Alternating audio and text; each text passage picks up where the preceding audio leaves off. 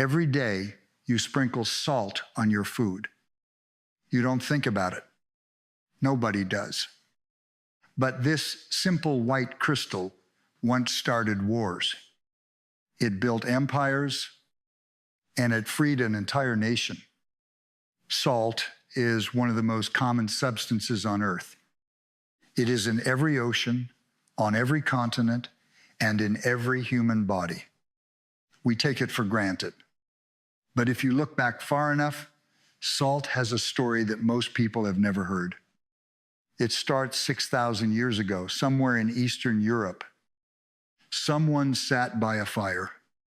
Nearby, there were shallow pools of water.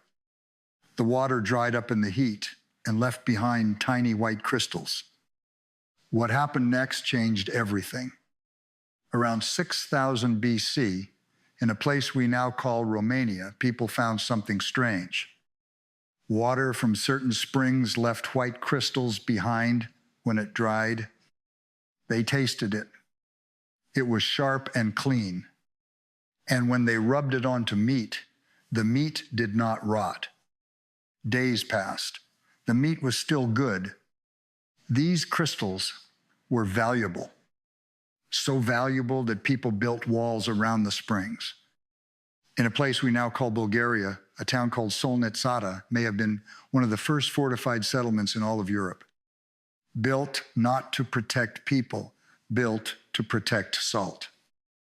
Think about what life was like before salt. If you caught a fish, you had to eat it that day. If you killed an animal, the meat would start to go bad within hours. Salt changed everything. Meat that lasted only a few days could now last months. For the first time, people could store food for winter. They could travel longer distances without worrying about hunger. They could survive. And because they could survive, they could settle. Because they could settle, they could build. Villages grew around salt sources. Trade routes formed between them. Nobody wrote any of this down. Nobody needed to. In China, around 2700 BC, scholars began to study salt seriously. They wrote one of the earliest books about pharmacology. Inside, they described more than 40 different types of salt. They explained where to find it, how to harvest it, and what each type could do. While much of the world was still learning to farm, China was already writing textbooks about salt. You might think salt is just about food. It never was. By 2200 BC, an emperor named Sha Yu had an idea. Everyone needed salt. So he taxed it. It was a simple plan, and it worked. This was one of the oldest recorded taxes in human history. Thousands of years later, governments around the world would copy the exact same idea. Meanwhile, further south, salt was becoming something more than useful. In ancient Egypt, it became sacred. Egyptian priests used a special type of salt called natron. They packed it around the bodies of dead pharaohs to remove all the moisture. The salt preserved them, not for days, not for months, for thousands of years. Salt kept the pharaohs whole for eternity. 3,000 years later, some of those mummies are still here, still whole. From Romania to China to Egypt, salt was already changing the world. But its journey was only beginning. By 800 BC, high in the Austrian Alps, a small town was growing. It was called Hallstatt. The name itself means salt settlement. Miners dug deep into the mountains and pulled out blocks of pure rock salt. They carried them to the surface on their backs. That mine is one of the oldest in the world. It has been operating for over 7,000 years. It still operates today. The miners worked by torchlight. Salt dust covered their hair and their skin. Some of them never came back out. Their bodies, preserved by the salt itself, were found centuries later. The city of Salzburg, one of the most famous cities in Austria, means salt castle. Salt was in the language, in the ground, in the names of places. The Celtic people of Hallstatt figured out something clever. They salted their meat and traded it across the continent to Greece, to Rome. Salt was no longer just a way to preserve food. It was the fuel of ancient trade. Nobody understood salt better than Rome. They built an entire road just for it, the Via Salaria, the Salt Road. It stretched from the heart of Rome all the way to the salt pens on the Adriatic coast. Carts loaded with salt rumbled along this road for centuries. It was one of the most important roads in the entire empire. Roman soldiers received a special allowance to buy salt. It was called a salarium. Does that word sound familiar? It should. This is where the English word salary comes from. And if you were a good soldier, people would say you were worth your salt. That phrase is still used today. Salt was changing the way people spoke, the way they measured value, and the story was still only halfway done. By the 1200s, the trade routes had moved south. The Sahara Desert became a highway, not for cars, not for horses, for camels. Long caravans carried heavy blocks of salt from the mines of Tagaza south toward the city of Timbuktu. The salt cut into the backs of the camels. Men crossed a sea of sand carrying the one thing more precious than water. The journey took weeks. Some camels did not survive it. But when the caravans arrived in Timbuktu, something remarkable happened. Traders placed salt on one side of a scale and gold on the other. Ounce for ounce, they were equal. A block of salt was worth a block of gold. Think about that. The same crystal sitting on your kitchen table right now was once traded for gold. But as salt became more valuable, something darker began to happen. Salt was no longer just a mineral. It was power. And whoever controlled salt controlled people. In 1286, the King of France created a new tax on salt. It was called the gabelle. Under this law, every person in France was forced to buy a minimum amount of salt from the government. The price was set by the king.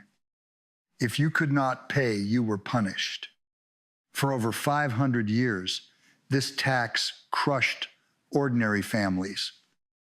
They could not buy enough salt to preserve their food for winter. Many went hungry. The gabelle became one of the most hated taxes in all of history. It did not end quietly. It helped spark the French Revolution. And France was not alone. In Italy, the city of Venice built much of its wealth on the salt trade. They controlled the salt supply across the Mediterranean. In France, thousands of people were arrested every year for smuggling salt. Some were sent to prison, some were sent to the galleys. Across the world, governments fought wars over salt mines. During the American Civil War, the Union Army destroyed Confederate salt works to weaken the South. No salt meant no preserved food.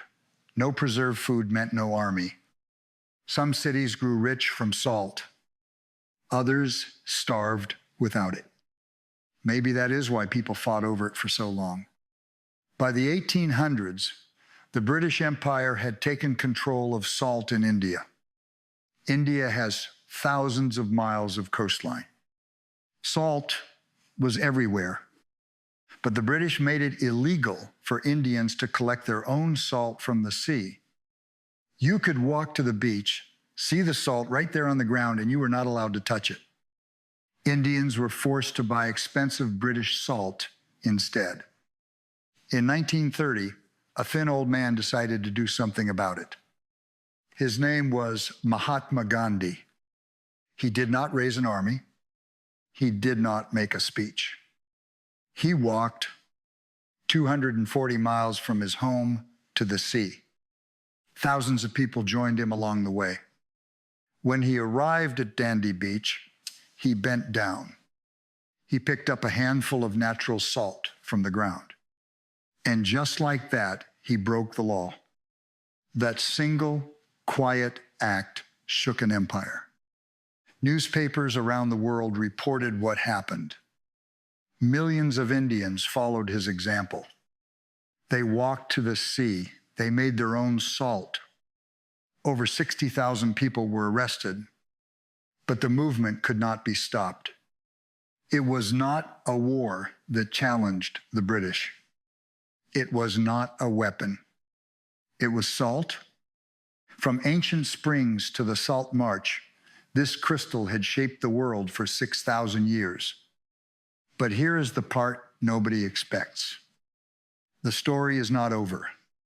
Today, the story of salt is very different. The world produces about 300 million tons of salt every year. But here is the surprising part. Only 6% of it goes into food. So where does the rest go? Salt moves quietly through highways, factories, hospitals, and pipes beneath entire cities. It clears icy roads. It makes glass. It cleans drinking water. It is part of over 14,000 industrial processes, most of them invisible, and it is inside you right now. Your body contains about 250 grams of salt. Without it, your nerves could not send signals. Your muscles could not move. Your heart could not beat. The ancient Romans were right when they connected salt with life itself. We don't just use salt, we are made of it. The crystal that once started wars is now so common that we barely notice it. The thing that was once traded ounce for gold, restaurants give it away for free. So next time you sit down to eat and you reach for the salt on your table, stop for a moment. Hold it in your hand. Feel its weight. Those tiny crystals are the same ones people found near a fire 6,000 years ago. The same ones that preserved Egyptian kings. The same ones that Roman soldiers earned as pay. The same ones that were traded for gold in the markets of Timbuktu. The same ones that a thin old man picked up from a beach to challenge an empire. 6,000 years of human history sitting right there in your hand. And somehow after all that history, most of us never think about it at all. If you want to hear more stories like this, subscribe. There are a lot of ordinary things with extraordinary histories.